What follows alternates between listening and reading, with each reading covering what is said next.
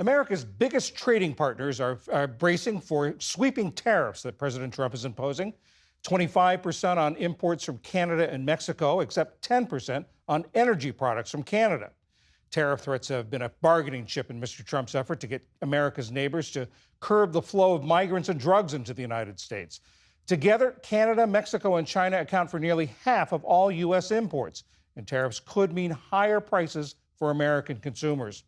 Ali Rogan explores the trickle-down effects of these tariffs with Martina Steves-Gridneff. She's the Canadian bureau chief for the New York Times.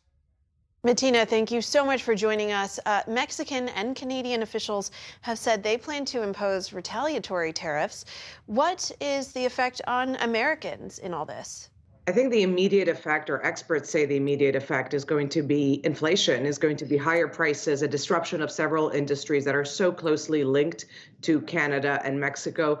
Things such as avocados or even vehicles could become much more expensive for Americans really quickly.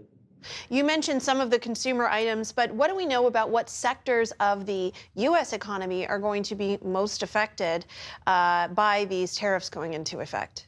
The Canadian government is certainly going to be imposing retaliatory tariffs in key industries in the U.S. that they think will hurt the most because they're trying to change the course of this policy. They want to exert maximum pain. And that could include anything from Kentucky bourbon, they've told me, to orange juice coming from California, to dishwashers made in Wisconsin. So they have a long list of goods that they believe that they can impose tariffs on, made in the United States, and they will want to disrupt those industries in the U.S. as quickly as possible. And of course, the economies and the people of Canada and Mexico are going to be impacted as well. What are the consequences for people in those two countries? Absolutely. The U.S. will hurt, but Mexico and Canada will hurt more and faster. We expect, for example, in Canada, the country will probably tip into a recession of 2.6%, experts tell us here. We expect hundreds of thousands of jobs to be affected, 500,000 jobs just here in Ontario, where I live.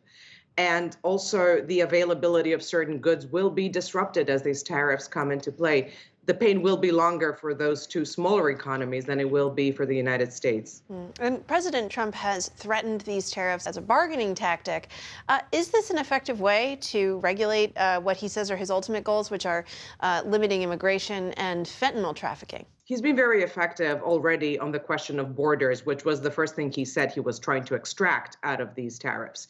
Both Canada and Mexico have played ball. They have complied with Mr. Trump's demands for changes at the borders. For example, the Mexican government has supported and assisted him in his deportation efforts this week of irregular migrants, taking thousands of people into Mexico. Canada has bolstered its border with the United States, has deployed Black Hawks, drones, and additional staff, and they have said that they are seeing a real drop in irregular crossings from Canada to the United States. But the question in both Mexico and Canada is that enough to change Mr. Trump's mind? And it's really not clear that it will be. These are some of the most ambitious trade moves that President Trump has made in either of his administrations. This coming so soon in the beginning of his second term in the White House. How are Canadian and Mexican officials receiving it in terms of how to deal with President Trump going forward for the rest of his term?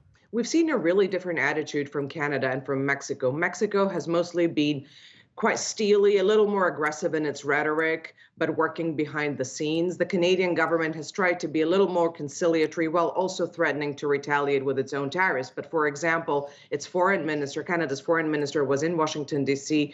up until last night, trying to change the course of this policy through diplomacy. Obviously, that didn't work. I think one of the concerns going forward in both countries and their officials is going to be, what does Mr. Trump really want from us? How can we truly change this? And as we escalate into practically a North American trade war, as these three countries exchange retaliatory tariffs, what is the off-ramp? How do we stop this? And I think Mr. Trump is going to have the top hand in determining the answer to that question. Martina Steves-Gridneff, Canada bureau chief for the New York Times. Thank you so much for joining us. Thank you, Ali.